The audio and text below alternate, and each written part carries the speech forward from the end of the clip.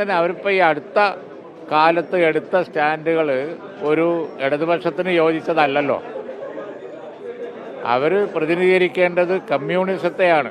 നമുക്ക് കമ്മ്യൂണിസത്തോട് ആശയപരമായി വിയോജിപ്പുണ്ടാവാം, പക്ഷേ അതിനൊരു സോഷ്യൽ സൈഡുണ്ട്.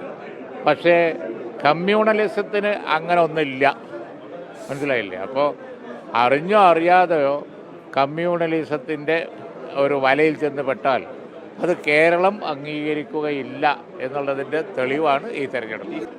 നമ്മുടെ സമൂഹത്തിൽ ഒഴിവാക്കാൻ കഴിയാത്ത കാര്യമാണല്ലോ. ഞങ്ങളൊന്നും അങ്ങനെ പാർട്ടാവുന്നില്ല.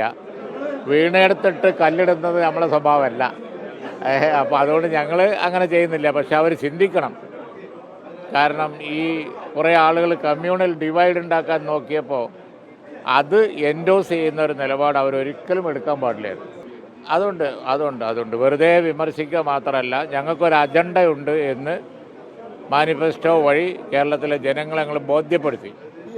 അത് ഞങ്ങൾ നടപ്പിലാക്കുകയും ചെയ്യും.